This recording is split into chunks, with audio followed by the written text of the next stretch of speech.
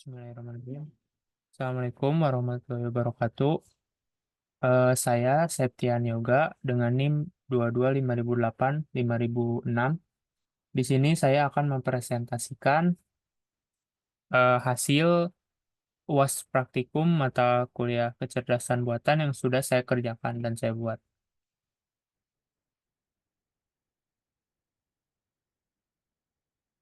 Nah, di sini saya mengambil judul itu clustering bunga iris dengan temanya lingkungan.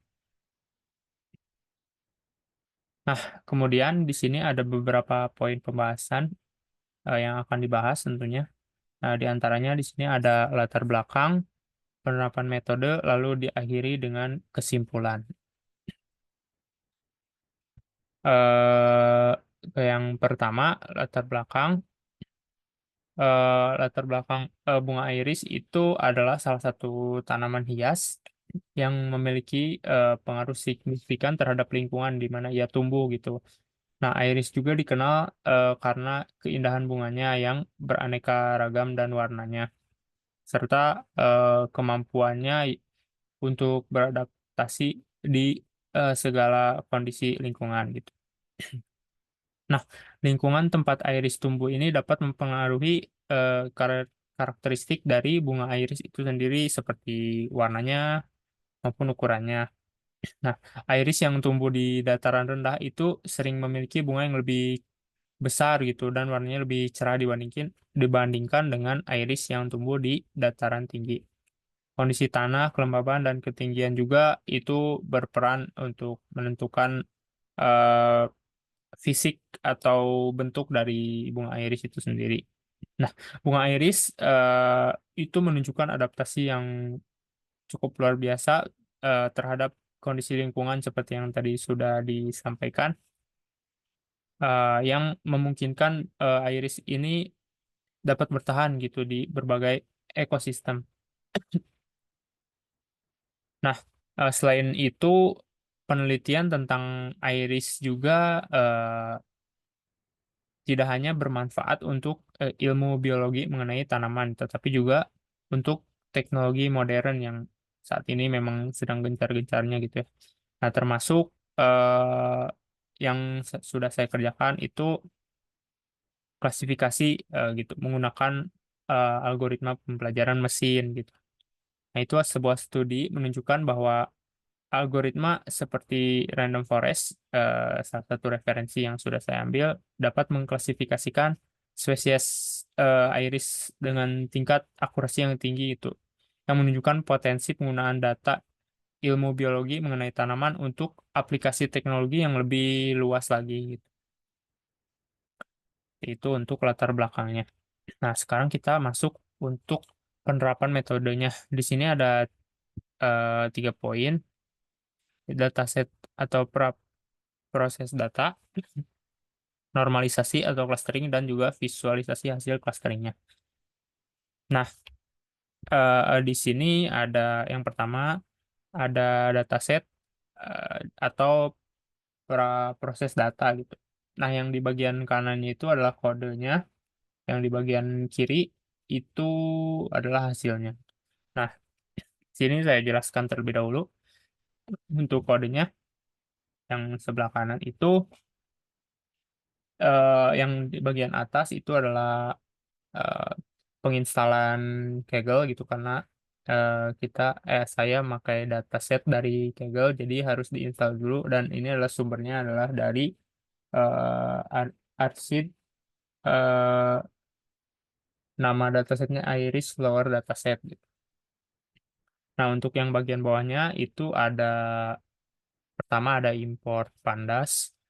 Itu pandas itu untuk memanipulasi datanya, terus NumPy untuk mengoperasikan numerik, kemudian Matplotlib Pyplot itu untuk visualisasinya, terus eh, Sklearn Cluster itu untuk algoritma clusteringnya, kemudian ada Sklearn Processing, Standard Scalar itu untuk standarisasi data, dan yang terakhir ada MPL Toolkits, MPLOT 3D, Access 3D itu untuk visualisasi 3D-nya gitu. Nah, kemudian di situ ada memuat dataset, itu codingnya seperti itu, pd.read itu untuk membaca dataset si eh, yang kita gunakan gitu. Dalam kasus ini saya menggunakan dataset iris.csv yang sudah saya import itu, sudah saya import dari yang sudah saya download dari Kaggle. Kemudian di sini menampilkan sekilas data dari dataset tersebut gitu. Yang hasilnya ada di bagian kiri gitu. Itu adalah 5 contoh dataset, bukan 5 contoh, 5 dataset awal gitu ya. Menampilkan 5 gitu. Sebenarnya ada banyak datasetnya, ada banyak itu datanya, cuman yang ditampilkan itu hanya 5 gitu. Itu. Kemudian untuk di bagian bawahnya itu ada memisahkan fitur dan label itu. Nah, bagian situ itu dipisahkan gitu, bagian selain spesies dan selain label spesies. Kemudian bagian bawahnya ada pra pemrosesan data yang dimana dimasukkan ke dalam variabel scalar, yang di bawahnya juga dimasukkan ke dalam fitur scalar. Nah, eh, yang artinya ini adalah salah satu dataset yang sering digunakan gitu, dataset Iris ini. Nah, si dataset Iris ini sebetulnya mempunyai 4 fitur gitu, itu panjang sepal, lebar sepal, panjang petal, dan lebar petal. Ini sebagai gambarannya, itu gambar yang bunga itu, petal itu yang bagian ke atasnya yang agak kecil, sepal itu yang bagian eh, ke bawah yang agak besar itu. Nah, seperti itu untuk para pemrosesan data. Kemudian lanjut normalisasi atau clusteringnya gitu. Nah, ini hanya segini ya dan nggak ada screenshotnya untuk normalisasi atau clusteringnya gitu. Nah, di bagian ini kita bisa lihat di situ ada code K-means sama dengan K-means and cluster. Nah, di sini tuh menerapkan algoritma K-means gitu dengan datanya atau data clusternya saya masukkan 3 gitu yang sudah distandarisasi. Nah, kemudian ada parameter random state sama dengan 42 itu digunakan untuk memastikan hasil yang konsisten eh, untuk setiap kode yang dijalankan. Nah, kemudian eh, ditambahkanlah label gitu untuk hasil clusteringnya ke data asli gitu. Itu data cluster sama dengan Cummins labels itu. Seperti itu untuk bagian normalisasinya. Nah, oh ini lupa diganti ya judulnya. Di sini tuh harusnya hasil visualisasi dari clusteringnya gitu. Visualisasi hasil clustering untuk bagian ini. Nah, di sini ada kode untuk visualisasinya. Nah, bagian ini tuh membuat visualisasi eh, 3D dari hasil clustering yang sudah kita standarisasi tadi dan yang sudah kita normalisasi tadi.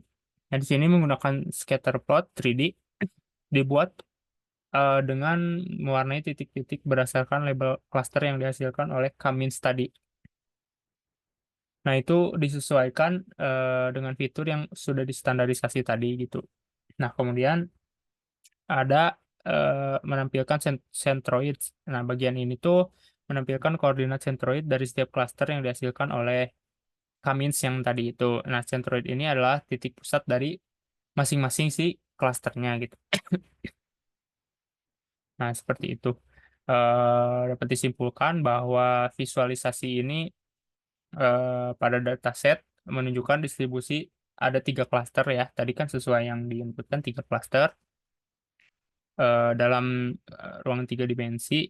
Nah, dipresentasikan oleh panjang sepal, lebar sepal, panjang petal, dan lebar petal yang sudah dinormalisasi gitu. seperti itu. Nah, ini hasil visualisasinya seperti ini, yang bagian kanannya itu.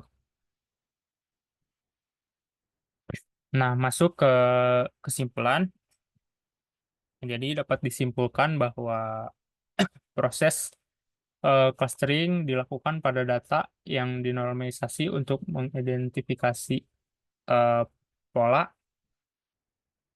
dan kelompok dalam data tanpa menggunakan label spesies itu. Nah, hasil clusteringnya itu kemudian divisualisasikan dalam eh, 3D tadi, tiga dimensi menggunakan fitur panjang sepal, lebar sepal, panjang petal, dan lebar petal yang telah dinormalisasi.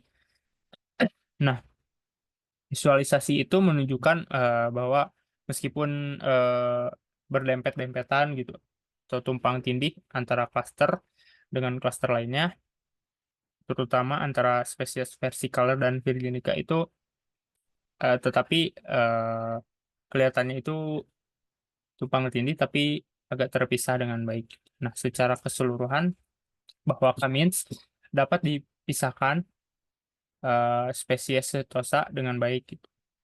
Nah, tetapi